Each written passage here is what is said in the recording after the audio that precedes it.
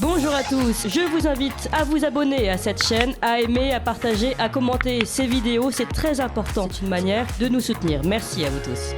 Allez, c'est au tour de François Bousquet. Bonjour François, comment allez-vous? Bonjour Nicolas. Vous allez bien? Ça va? Merci, je vois que vous avez un plateau magnifique, somptueux. Eh bien, exactement, mais nous sommes sur ligne droite, monsieur. Voilà, alors ce matin, c'est le mercredi et c'est l'heure, le moment tant attendu de votre chronique transsexuelle, les nouvelles hyènes de garde, cher François. Dites-nous en plus. Oui, je reviens, un petit retour sur 10 jours d'hyperviolence des trans qui n'ont pas vraiment ému les médias centraux. Question, si votre enfant se prend pour un chien de compagnie, allez-vous lui donner des croquettes? Non, bien sûr. S'il se prend pour un hamster, allez-vous installer dans sa chambre une roue ronze bonbon? Non, bien sûr. Et s'il se prend pour un oiseau, allez-vous le lâcher dans le vide du 6e étage? Non, non et non. Alors pourquoi, si votre ado veut transitionner, devriez-vous la fermer?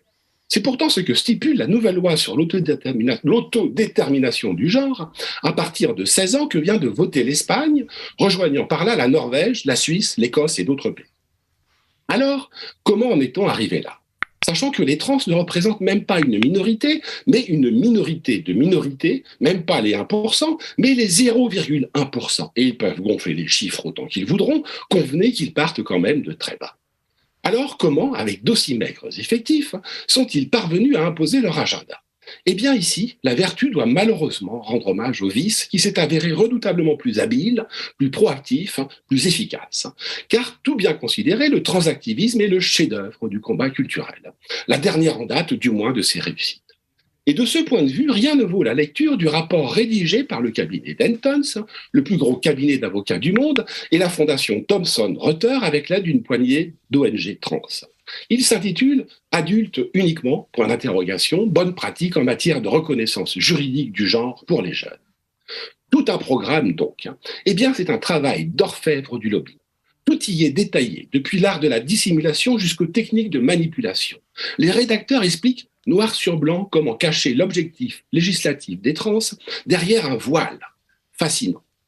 On comprend dès lors pourquoi un ex-ministre de la Santé, Olivier Véran en l'occurrence, quand il a dû commander un rapport sur la santé et le parcours de soins des personnes trans, l'a confié précisément à des militants trans.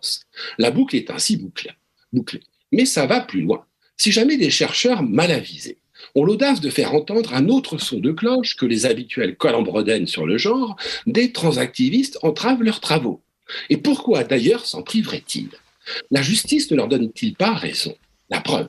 Un trans vient de faire condamner il y a 15 jours l'assurance maladie pour qu'elle rembourse sans aucun suivi médical et psychologique la mastectomie, c'est-à-dire l'ablation des seins, laquelle relève plus de la boucherie industrielle que de la chirurgie. Si vous avez l'estomac bien accroché, allez visionner sur TikTok les vidéos après ablation des seins chez les jeunes filles. 75% des adolescents qui veulent changer de genre sont des filles. Sur ces vidéos, eh bien, c'est un défilé de corps balafrés tout le long de la poitrine, le massacre des innocents. C'est là que cette vaste blague de la transphobie montre son vrai visage. Elle n'est qu'un prétexte et un paravent pour meurtrir librement et irréparablement le corps des ados, harceler ceux d'entre nous qui ne se résignent pas à ces mutilations et au besoin les agresser.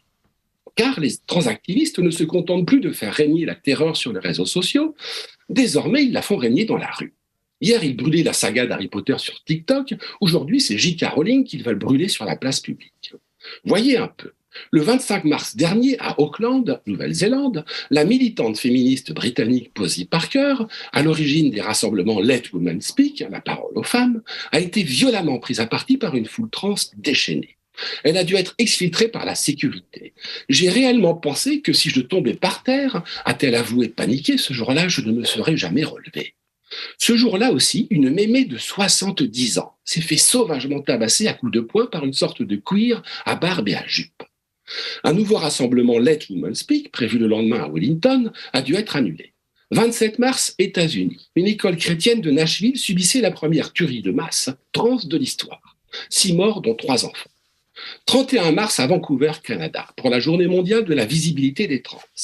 Chris Billboard, militant contre la transition des enfants qui se promène dans les rues avec une pancarte, a été littéralement pris au collet, c'est-à-dire étranglé, par une trans complètement hystéro et folle. Je pourrais poursuivre la liste. Il y a une ironie à voir l'activisme féministe progressiste débordé sur sa gauche par les nouvelles radicalités trans. J.K. Rowling, Posey Parker ou encore la française Marguerite Stern, ex-Femmes à l'origine de la campagne de collage contre les féminicides, dont la venue ce week-end à un colloque sur la laïcité a dû être annulée sous la pression des trans. Cela vaut à ces féministes, pourtant résolument à gauche, mais qui tiennent au scandale à la différenciation sexuelle, d'être traitées de fémini-nazis. Mais c'est celui qui dit qu'il est sûrement. Elles qui furent, je parle de ces féministes, qui furent des chiennes de garde, découvrent les hyènes de garde, des cerbères autrement menaçants. On devrait s'intéresser d'un peu plus près à ce mammifère, la hyène. La hyène vit en clan sous la férule de femelles dominatrices, hargneuses et cruelles, lesquelles ont pour ainsi dire transitionné il y a fort longtemps. Plus agressives que n'importe quel mâle de leur espèce, elles affichent des taux de testostérone vertigineux, si bien qu'elles ont développé des clitoris, oui, des clitoris érectiles, et je parle bien des femelles hyènes, en forme de pénis, emblème phallique de leur domination totale sur le clan. Accessoirement, la hyène toujours, l'une des plus puissantes mâchoires du règne animal. Mais c'est à nous d'enfiler les muselières.